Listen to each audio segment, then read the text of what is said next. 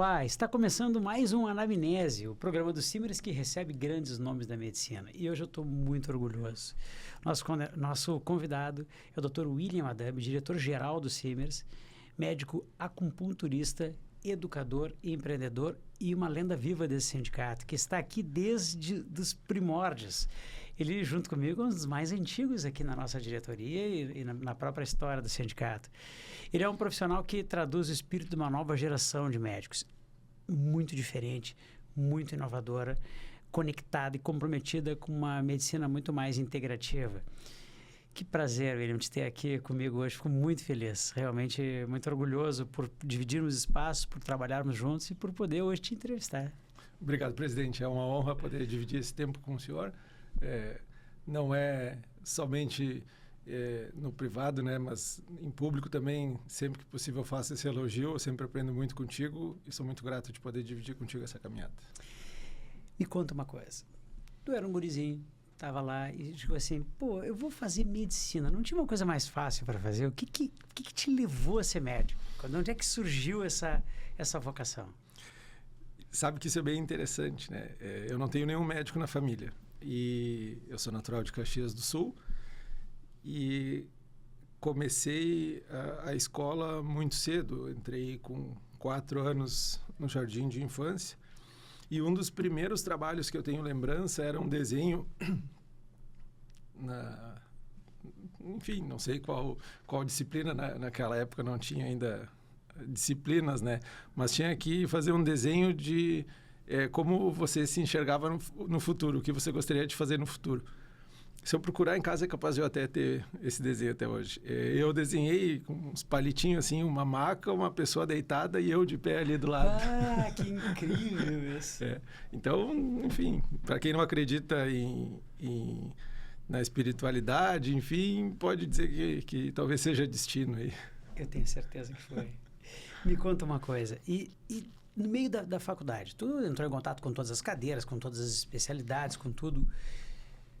O que acabou formando o que acabou te levando para a acupuntura? A dúvida. Sabe que eu gostava muito de pediatria. Até o professor Sérgio Amantea foi nosso colega, dirigente também, é um querido, uma referência, assim. Como eu fiz a faculdade na Fundação, né, na Santa Casa, ele era meu professor e convivia muito com ele. Ele sempre trabalhou na emergência, né, pediátrica lá no Santo Antônio. E os últimos 2 estágios que eu fiz na graduação foram na emergência pediátrica. E tanto que quando eu me formei, muitos dos plantões que eu fiz, eu atendia crianças, inclusive. Eu tinha um viés, assim, talvez eu me direcionasse para a pediatria. Mas conversando um pouco com os colegas sobre a rotina, enfim, da pediatria, eu não me enxergava fazendo isso por toda a minha vida no futuro. Por outro lado, eu gostava de especialidades clínico-cirúrgicas. Eu tinha um interesse por otorrino, né? Enfim. E era uma grande decisão, assim, fazer a residência médica, né? A prova da residência médica, que a gente sabe que é hoje o que fixa o médico numa determinada localidade, né? A gente acompanha aí os estudos da demografia médica há muito tempo. E ela é muito mais importante para o futuro do profissional do que a própria graduação, né? E como eu não tinha certeza, eu acabei aproveitando uma janela de oportunidade e pensei assim, olha, eu vou me formar, eu preciso trabalhar um pouco. Enquanto eu trabalho, eu vou fazer uma especialização de um assunto que sempre me chamou atenção, sempre me interessou, porque eu já tinha sido paciente. Eu já tinha me tratado com acupuntura por muito tempo. Durante a graduação, tinha participado de alguns congressos brasileiros, enfim, regionais também, e sempre me chamou a atenção. E no Rio Grande do Sul, a gente não tem residência médica em acupuntura. São poucas residências médicas no país. A gente tem aqui através de um curso junto ao Colégio Médico de Acupuntura do Rio Grande do Sul, né? Até vou fazer um parênteses rápido, a acupuntura é uma especialidade médica reconhecida pelo CFM desde 95. Então, completou 30 anos esse ano como especialidade médica. Por mais que ainda não seja tão conhecida, né, junto dos colegas, é uma especialidade relativamente antiga. E então, temos o Colégio Médico de Acupuntura aqui no Rio Grande do Sul, e eu acabei fazendo o curso de especialização e depois prestando a prova de título, né? Por que eu aproveitei essa janela de oportunidade? O presidente citou no início, eu sempre empreendi, eu sempre fui empreendedor, inclusive em paralelo à minha graduação. Então, dessa forma, eu pude conciliar os meus dois gostos, né? Com relação à assistência, com relação à formação, né? Na medicina, fiz a minha especialização. E aí acontece que me apaixonei no meio do caminho, né? Gostei tanto do exercício da acupuntura que depois, pouco tempo já depois de formado, eu, inclusive, sou muito abençoado e muito agradecido, né? Eu não precisei mais fazer plantão. Então, aquela rotina do médico jovem, recém-formado, trocando de plantão em plantão, né? Inclusive para poder fazer o que os antigos chamavam aí de pé de meia, né?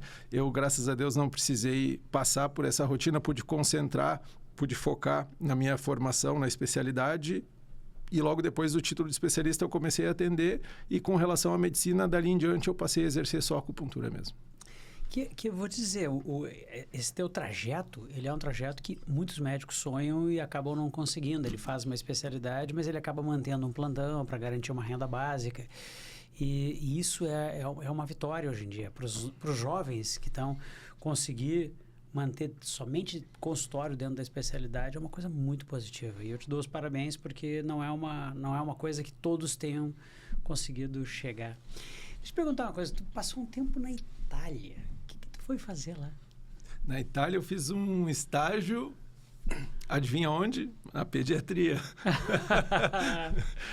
Eu fui na cidade de Rimini, uma cidade litorânea. Eu namorava uma menina que cursava a faculdade de medicina na UPF. E lá na UPF eles tinham um estágio e todos os anos alguns alunos iam para passar nesse hospital na cidade de Rimini, mais ou menos 30 dias o período de estágio. E aí eu, por conta do relacionamento, eu fiz contato com o diretor do curso da Faculdade de Medicina lá de Passo Fundo, e ele acabou contatando, né, o médico responsável por receber os alunos lá, encaminhei os papéis e eu acabei sendo o outsider, assim, eu mesmo não tendo aquele convênio formal entre a Faculdade de Medicina, que era original de Passo Fundo, com o hospital, através do envio da documentação deu tudo certo, eu acabei acompanhando o grupo e foi um período muito legal. E como é que é lidar com a língua, com a vida diferente? Porque eu nunca fiz estágio fora do Brasil e eu tenho curiosidade sobre isso. A gente vê vários colegas jovens fazendo isso, o que é algo muito positivo. Como é que é atender num lugar como esse? Então, eu sou de descendência italiana, né? Então, para mim é um pouco mais tranquilo, porque eu cresci ouvindo o idioma mesmo que com dialeto, então, inclusive, arriscava conversar um pouco lá. Mas realmente não é tão habitual, né? O mais comum é estágios em língua inglesa, né? E em muitos países da Europa acontece isso, né? Tem até uma repulsa com relação ao idioma. Na França isso é bem característico, né? Por que eu falo da França? Porque um irmão dessa minha ex-namorada morava em Paris, então a gente aproveitou a viagem para visitá-lo e passar uns dias lá. E lá, se você chegava na padaria para pedir um pão em inglês, eles já te olhavam meio torto, assim. Então, talvez na França eu não conseguiria fazer um bom estágio, porque eu não falo francês. Interessante. Sabe que é muito interessante. A minha esposa, ela é italiana, ela tem passaporte, vota na Itália, minha filha também. E eu não, né? Eu sou um cara mais humilde. E a realidade é que ela chegou a fazer curso de 1 ano de italiano aqui. E ela, eu posso dizer que ela sempre fala italiano, ela consegue se virar muito bem em italiano. E eu não consigo, eu entendo, mas eu não consigo falar uma palavra. Tem alguma proximidade, talvez pela língua latina, né? Mas ela conseguiu se virar com isso. Sabe que... E ela é de Caxias, tá? Toda a família dela é de Caxias. Sabe que é legal falar nesse assunto, me fez lembrar de uma outra desses acasos que a vida me proporcionou, né? Eu entrei no Simers em 2009, quando eu estava no primeiro ano da faculdade. Fui convidado por um amigo até hoje, chama Marcos Mendonça, médico de família e comunidade. E na época tínhamos já 2 médicos aqui, o Marcelo conhece bem, que era o André Wagner e o Fernando Valdemar. E também sempre que posso, né, reforço esse agradecimento, essa gratidão a eles, porque ajudaram a construir esse meu eu de hoje, especialmente com esse viés mais para a atuação sindical. E o André e o Fernando, eles faziam a gestão do núcleo acadêmico do Sindicato Médico do Rio Grande do Sul, setor esse do Simers, que eu passei os 6 anos da minha graduação.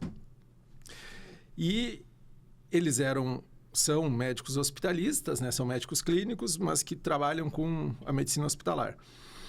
E ambos foram presidentes da Sociedade Brasileira de Medicina Hospitalar.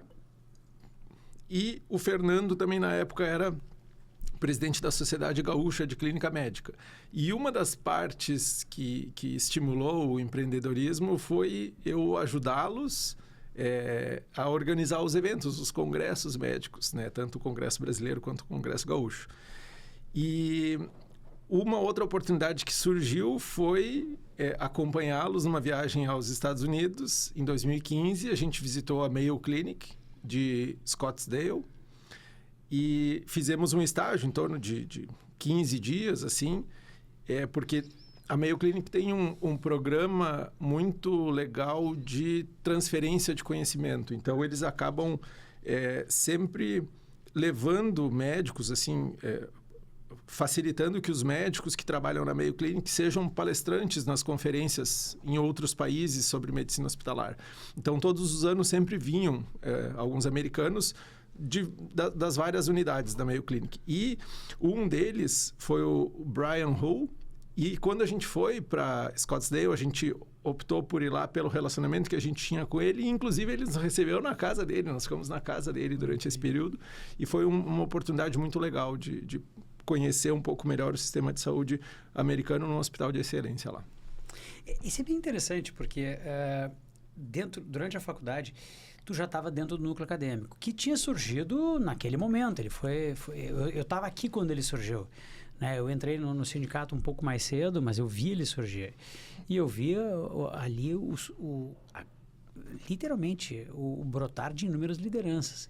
Como é que foi lidar com o núcleo acadêmico, a faculdade, com os estágios, com esse tipo de viagem para fora? Porque isso vai te moldando como médico. Isso aí certamente ajudou a tu ser quem tu és hoje. Conseguir fazer várias coisas. Uma via sindical que tu mantens, uma via de empreendedor que surgiu em algum momento aqui, a partir dali talvez dos cursos e tal. Como é que foi o moldar do William Adami? Essa é uma pergunta bem interessante. Eu poucas vezes parei para fazer essa reflexão, né? A participação aqui no núcleo acadêmico, ela, e até reforço para os nossos acadêmicos, né, que nos acompanham durante a gestão agora, ela é muito dependente da motivação individual de cada pessoa. Então, vamos lá. Tem algo que já é tradição e a gente, enquanto sindicato, enquanto núcleo acadêmico, é reconhecido, é muito reconhecido por conta dele, que é o trote solidário, né? O trote solidário, ele proporciona, já nos primeiros dias de interação do aluno com a medicina, exercer um ato de solidariedade que acaba beneficiando milhares de famílias, né? São toneladas, são dezenas de toneladas de alimentos, material de higiene e limpeza arrecadados, e também inúmeras bolsas de sangue doadas que, de fato, vão ajudar a salvar outras milhares de vidas, né? Mas o núcleo acadêmico não é só trote solidário. Então, a gente tem a oportunidade, enquanto está no núcleo acadêmico, de interagir com os médicos mais velhos, né, médicos sêniores, médicos que são referência não só na atuação sindical, mas muitos que estão conosco, né, são referência nas suas especialidades. E a gente pode conhecer, assim, de fato, um pouco mais próximo o mercado de trabalho, a atuação na medicina interagindo no dia a dia. Poxa, quando que com um professor seu, depois da aula, você consegue ficar conversando 20, 30, 40 minutos sobre os assuntos da medicina? Isso não é todo lugar que oferece. O hospital não oferece isso. O médico, por mais que ele tenha afinidade com os alunos, né, o presidente é professor, eu tenho certeza, absoluta certeza que faz um grande trabalho, que o reconhecimento é muito notório, né, com relação a isso, mas acabou a aula ou acabou a atividade da preceptoria, eventualmente se toma um café, conversa poucos minutos, e aqui não, aqui a gente abre uma janela de oportunidade para os acadêmicos conversarem, interagirem mais com médicos jovens ou médicos já maduros, né, de mais experiência na prática clínica, sobre os assuntos do dia a dia, da especialidade, os desafios, enfim. E a gente ainda tem uma outra oportunidade que se abre, que é a organização de cursos. A gente, na época, né, tinham cursos muito tradicionais. Eu lembro que no início, o núcleo acadêmico, ele dividia, inclusive, a sala com a AMERERS. O Marcelo deve lembrar, né? A Associação dos Médicos Residentes aqui do Rio Grande do Sul. E se fazia uma atividade científica lá no Hospital de Clínicas, né, tanto para os médicos residentes quanto para os acadêmicos, sempre trazendo 2 ou 3 pessoas de renome dos várias áreas de conhecimento na medicina para palestrar. Então, além das atividades científicas, se faziam cursos de eletrocardiograma, de interpretação de exames laboratoriais, de emergências, de radiologia, enfim. E isso, voltando, né, ao início, depende muito do interesse de cada acadêmico. Então, o que a gente tem visto hoje aqui é que muitos são ou presidentes ou membros de ligas acadêmicas. Isso, né? mudou muito. Isso foi incrível que surgiu. E aí isso também, o que o Simers oferece? Inclusive, né, fica um reforço, não só um convite, quase que uma convocação. Hoje, o acadêmico, ele é sócio do sindicato médico. A gente promoveu uma mudança estatutária nessa gestão para que o acadêmico faça parte, de fato, do sindicato médico. E isso é muito importante, porque antes, enquanto o núcleo acadêmico não tinha uma personalidade jurídica, alguns dos vínculos, alguns dos convênios que o Simers oferecia, eles não eram extensíveis aos acadêmicos. E a gente promoveu essa mudança para que os acadêmicos tenham cada vez mais benefício. E o que o Simers oferece, então, é esse exoesqueleto, essa musculatura, né, para poder potencializar essas ações dos acadêmicos que, no final das contas, daqui 3, 4, 5 anos ou 1, 2 semestres, serão os nossos médicos pelos quais a gente vai precisar lutar, né? E onde é que, no meio disso, surgiu o teu interesse pela questão da educação e pela questão da inovação? Porque tu tens uma atuação muito forte nisso. E é uma atuação que veio também em paralelo. Como eu digo, tu é multitask, tu faz a especialidade, exerce a profissão, vai para o sindicato, exerce o sindicalismo e ainda por cima sempre teve essa vinculação com a inovação e com a educação. Como é que surgiu isso? Como é que está o teu momento nisso? Eu comentei há pouco, né? Ajudava sempre a organizar esses eventos. No próprio núcleo acadêmico, foram mais de 400 eventos organizados aí durante a minha passagem por aqui enquanto acadêmico. E depois esses congressos de especialidade, sejam brasileiros, sejam regionais, né? Gaúchos, despertaram esse interesse por pensar em formas diferentes, formas inovadoras de se levar o conhecimento para o formando, enfim, ou para o próprio colega médico. E naquela época não existia muita tradição do EAD, né? O ensino à distância, ele era um pouco mais restrito por conta até da disponibilidade da tecnologia. Em 2016, eu me tornei sócio de um portal chamado Academia Médica. Na Academia Médica, nós tínhamos em torno de 200 mil leitores do portal. Era um portal de conteúdo peer-to-peer, como a gente fala, de artigos escritos por médicos, para médicos, nas diferentes áreas de conhecimento. E em 2017 a gente começou a produzir alguns cursos de planejamento de consultório, planejamento de gestão de consultório, de finanças para médicos, de ventilação mecânica. A gente começou a produzir alguns cursos 100% digitais, alguns com imersões presenciais, como era o caso lá de liderança, inovação e gestão em saúde, enfim. E aí essa jornada, ela acontecia em paralelo à minha especialização. Eu vinha cursando a especialização, continuava o meu trabalho aqui no Simers. Na época, provavelmente, eu era diretor de interior, eu viajava o interior te conhecia todo. Assim, muito. E acontece que, em 2018, eu recebi um convite do Hospital Moinhos de Vento. Na época, o Luciano Rames era superintendente de educação, pesquisa e responsabilidade social.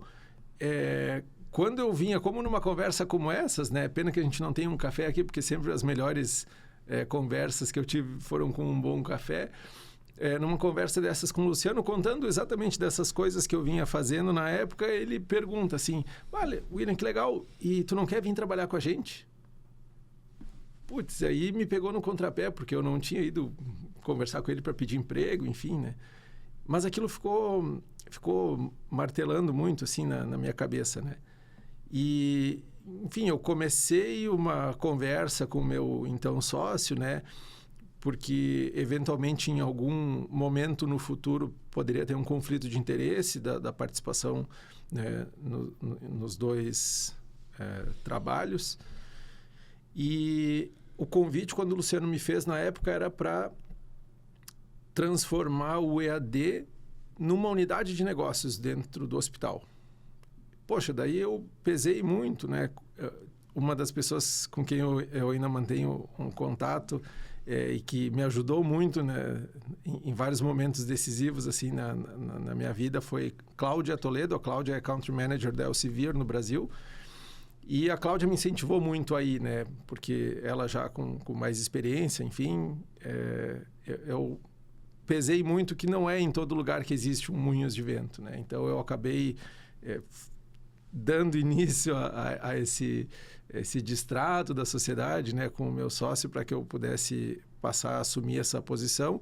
E no Moinhos eu fiquei 4 anos. Então, 2 anos eu fiquei responsável pelo núcleo, na época chamava Núcleo de Tecnologias Educacionais. Então, a gente produzia todos os cursos EAD autoinstrucionais que o Moinhos desenvolvia nos projetos PROAD. Então, o PROAD SUS é o Programa de Apoio ao Desenvolvimento Institucional do SUS. São projetos assistenciais, de pesquisa, de educação, de consultoria e de gestão. Então, no portfólio dos projetos, todos os conteúdos, todos os cursos EAD, era a minha equipe que produzia. A gente tinha em torno de 15 ou 16 pessoas focadas nisso, né? Designers, ilustradores, animadores, designers instrucionais, pedagogo, enfim. E nos últimos 2 anos eu acumulei, então, a gestão do portfólio dos projetos PROAD de educação. Então, além de desenvolver os cursos, eu fazia a gestão do portfólio dos projetos. A gente estava falando aí algo em torno de 35 milhões no triênio, nos projetos de educação, para capacitar profissionais do SUS. Então, o Moinhos é o único hospital fora de São Paulo. A gente tinha Einstein, Sírio, Alemão Oswaldo Cruz, HCOR, depois Beneficência Portuguesa e o Moinhos de Vento. Então, eu tive a oportunidade também de conhecer um pouco mais assim dessas entregas para o SUS. E depois acabei finalizando meu ciclo no Moinhos de Vento para uma outra atividade que eu desenvolvo mais recentemente, que é um centro de pesquisa clínica no Hospital Terciário aqui em Porto Alegre. Vamos falar sobre isso, porque eu estava lá na inauguração, tá, no lançamento, e o que é isso? Conta pra gente eu ver. Sabe que é muito engraçado, porque na faculdade eu praticamente não ouvi, pelo menos não recordo ter ouvido falar sobre pesquisa clínica. E a pesquisa clínica é o quê, né? Quando uma droga nova precisa ser lançada no mercado, ser introduzida no mercado, para que isso aconteça, ela precisa passar por um ciclo muito longo, com uma necessidade de investimento muito grande, né, para suprir todos os requisitos éticos, inclusive, antes de essa droga ser disponibilizada no mercado. Inclusive, todos os estudos clínicos, eles têm um controle, digamos assim, ou uma observação do próprio FDA. Inclusive, quando um centro de pesquisa é top recruiter ou um dos maiores recrutadores de pacientes no mundo, o próprio FDA vai auditar o centro em qualquer lugar do planeta para avaliar se todos os procedimentos foram realizados de forma correta. Então, na pesquisa clínica, a gente, antes da fase clínica, a gente tem a pesquisa in vitro, né? Depois in vivo animal. Aí, quando se avalia que aquela molécula, de fato, tem um potencial de mudança, de desfecho, de cura, enfim, se começam as fases. Então, fase 1, fase 2, fase 3 e depois lá a farmacovigilância na fase 4. E a pesquisa clínica, o foco são os estudos de fase 3. Então, depois que se avaliou lá eficácia, segurança, né? Depois a farmacocinética, a farmacodinâmica, quando se olha para os estudos de fase 3, são estudos que acontecem no mundo todo, em diversos centros, às vezes centenas de centros, obedecendo um protocolo muito rígido que deve ocorrer exatamente da mesma forma em todos os locais.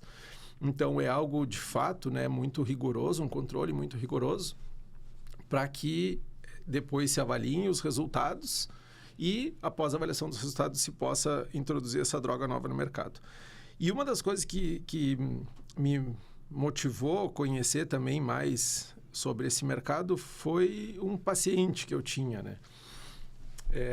Eu acabo no consultório atendendo praticamente só atletas hoje em dia, sejam amadores e alguns até atletas profissionais. Um dos locais onde eu atendo é dentro de uma academia, inclusive, né? Então, o que acontece? Eu acabo convivendo muito com atletas Esse, inclusive, era paraquedista, né? E aí a história dele é incrível, assim, eu eventualmente me emociono, né, quando lembro da história dele. Ele está vivo, hoje voltou a morar em São Paulo, mais próximo da família, mas ele tinha uma dor, a gente conseguiu tratar, enfim, uma dor muscular profunda nas costas, a gente acabou resolvendo, e num determinado dia ele chegou no consultório mostrando, assim, uma foto. Olha só, depois, deixa eu te mostrar aqui, eu tossi hoje de manhã, e aí ele mostrou a foto de um guardanapo parecia uma cartilagem com sangue, né? Puxa, daí a gente já fica preocupado, né? E aí consegui que ele consultasse no mesmo dia, fez um raio-x e ele tinha uma bola de tênis no pulmão, né? E uma outra bolinha de golfe do lado menor, assim, puxa vida. E aí ele fez a investigação, na verdade eram metástases já de um melanoma que ele já tinha tirado das costas e que tinha tido o êxito no tratamento cirúrgico, não tinha precisado de complementação, né, de quimioterapia, enfim, e teve uma evolução muito rápida em cerca de 15 meses, 1 ano e 2, 3 meses, evoluiu a ponto de ter metástases no pulmão e no cérebro. E aí o Marcelo conhece, né? Melanoma agressivo metastático, há pouco tempo era morte em poucos meses, né? 2, 3, 4 meses, 6 meses de vida talvez fosse um desfecho muito favorável. E ele começou a tratar com um tipo de droga que a gente chama de imunobiológico, né? Claro, eu não sou oncologista, não sou especialista, eu apenas convivo com esses profissionais, né? E o tratamento com o imunobiológico fez a doença regredir a ponto das metástases cerebrais pararem de apresentar atividade e a metástase menor no pulmão sumir completamente e a metástase maior também diminuir a ponto de hoje estar num nível de segurança, sem atividade da doença. E por que eu estou contando toda essa história? Porque a faculdade ela não nos contava muito sobre isso, sobre essas drogas novas, o potencial de ação e, eventualmente, até a cura de pacientes que eram tratados de forma paliativa por muito tempo. Então, na faculdade, por muito tempo, eu, inclusive, estava do outro lado da cadeira. Eu tinha um receio muito grande com a indústria farmacêutica, enfim.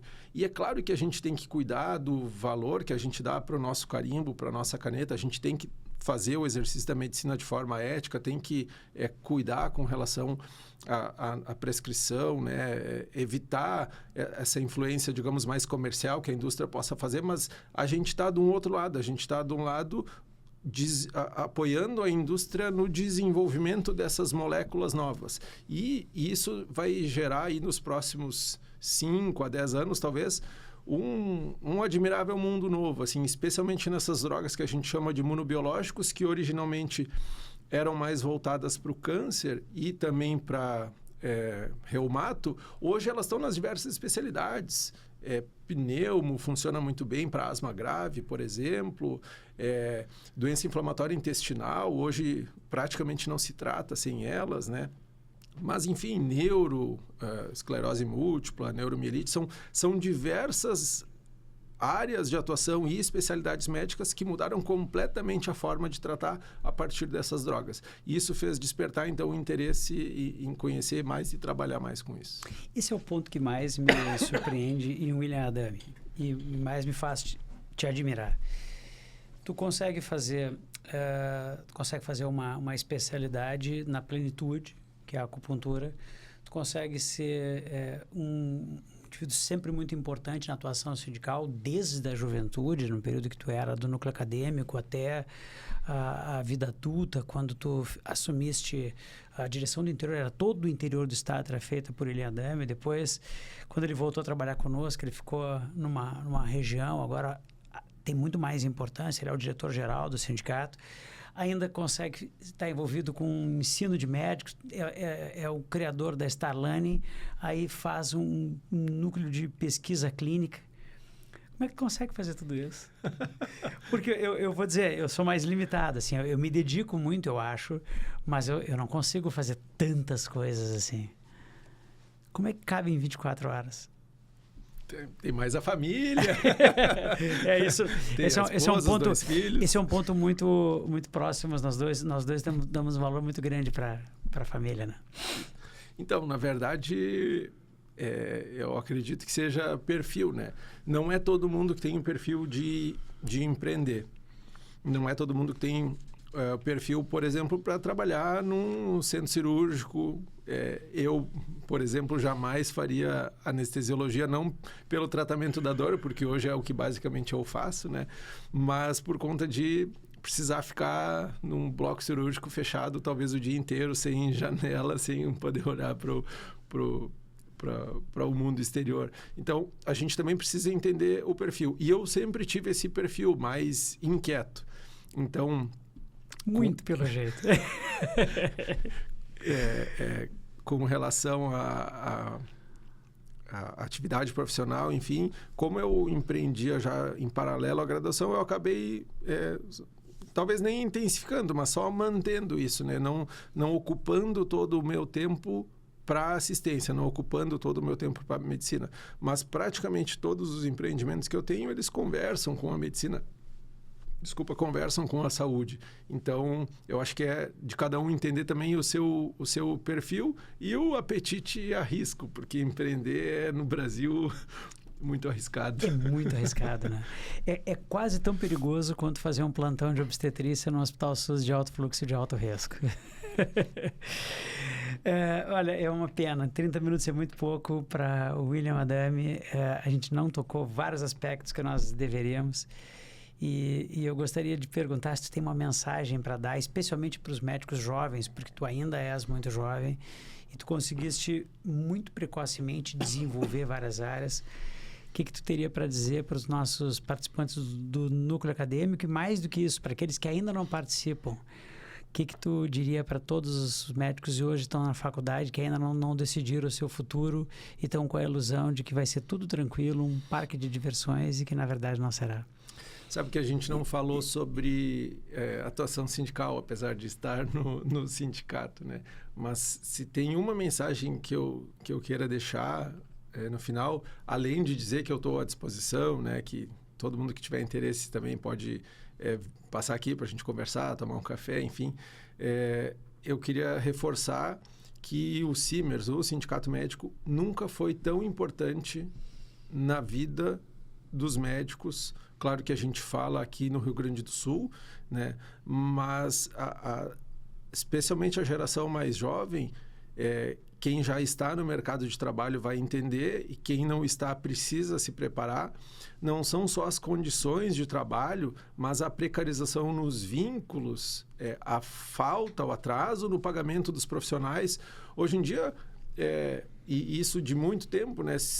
Qualquer visita de um técnico para fazer qualquer coisa na nossa casa, a gente gasta 100, 200, 300 reais só pela visita. E o médico atende um plantão inteiro, às vezes um mês inteiro, às vezes trabalha um ano inteiro sem receber. E isso é um absurdo.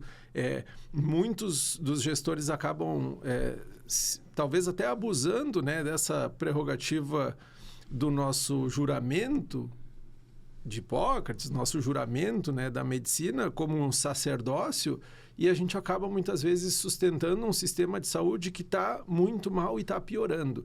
Então o Simers, ele é muito importante, ele vai ser cada vez mais importante, porque aqui a gente não defende só o médico seletista, mas a gente defende o médico com qualquer vínculo, ou até muitas vezes na ausência de um contrato formal de trabalho. Então a gente está aqui para isso, e é fundamental que todos se interessem mais por conhecer o que a gente faz, e na eventualidade de qualquer dúvida ou de qualquer necessidade, sendo associado ou não, também nos procurar, fazer uma consulta, enfim, para que a gente possa participar mais da vida de vocês, para que vocês contem conosco, contem com o Simers sempre, desde a graduação, para evitar esses problemas gigantescos que a gente tem enfrentado, especialmente em alguns municípios que o presidente conhece bem, por conta dessa sucessiva falha, né, na formalização dos contratos, nas negociações e até na própria estrutura dos vínculos de trabalho entre os profissionais e os contratantes. Muito obrigado, Adami. Olha, eu fico extremamente orgulhoso em poder trabalhar contigo e ver o teu crescimento, tentar aprender todos os dias. E ele sabe disso. Todas as vezes que conversamos, eu aprendo alguma coisa, ele me dá dicas e a gente sempre cresce. E é um orgulho muito grande. Te agradeço muito pela presença e pelas reflexões que tenho certeza vão certamente inspirar vários colegas, especialmente nossos colegas jovens. E a você que nos acompanha, muito obrigado pela audiência. E esse foi o Anamnese com o Dr. William Adami, acupunturista, diretor-geral, inovador, empreendedor e um exemplo a ser seguido. Continue acompanhando as nossas redes do Simers, porque afinal de contas sempre teremos novos programas para preencher o nosso dia. Muito obrigado.